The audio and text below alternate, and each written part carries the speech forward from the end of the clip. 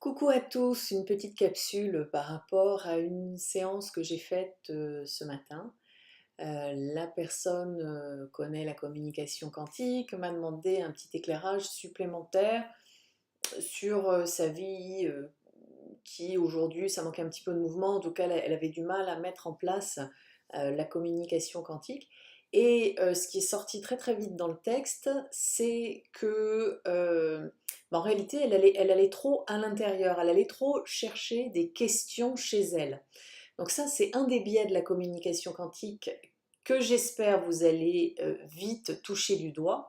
C'est que à force de s'apporter des réponses, on oublie d'aller chercher aussi à l'extérieur ce qui peut se trouver et que parfois chercher, chercher, chercher nous empêche d'aller vers les autres.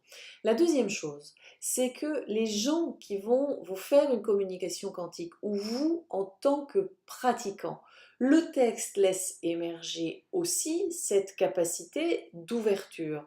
C'est-à-dire que par exemple, j'ai cette capacité à la systémie, c'est-à-dire l'intérieur, l'extérieur, le mouvement. Donc ce matin, dans le texte, ce qui s'est ouvert, c'était que la solution, entre autres, était de sortir de l'intérieur, que de l'intérieur, pour aller vers l'extérieur. Mais des gens qui n'ont pas cette ouverture systémique de ce mouvement global, le texte va constamment sortir pour aller chercher des problèmes, des événements sur lesquels on peut encore et creuser et jusqu'à la fin de nos jours, puisque nous sommes des êtres humains et que nous possédons en plus la bibliothèque intérieure de l'ensemble de l'univers.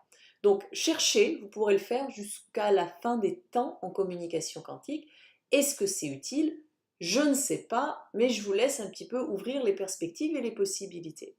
La deuxième chose sur le forum, forum du groupe des pratiquants, Facebook, il y a une personne qui m'indique effectivement les textes vont dans une certaine direction. Et ma réponse, c'est de dire que parfois, on en parlera dans la partie webinaire, vous pouvez très bien écrire dans un texte non, non, non, je ne vais pas faire ça, pour mieux pouvoir vous contredire vous-même, parce que c'est ce qui est intéressant.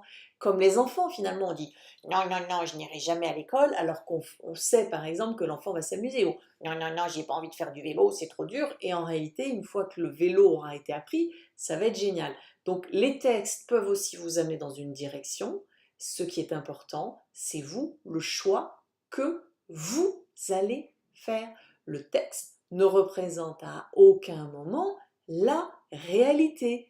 Il est subjectif, il représente des réalités, des possibilités, mais cela dépend aussi de votre ouverture et de l'ouverture des gens.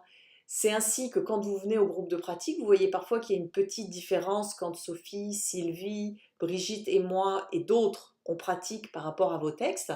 C'est que c'est par l'expérience de la pratique qu'il y a une ouverture qui s'est faite aussi chez nous. Donc continuez, continuez, on est là avec vous.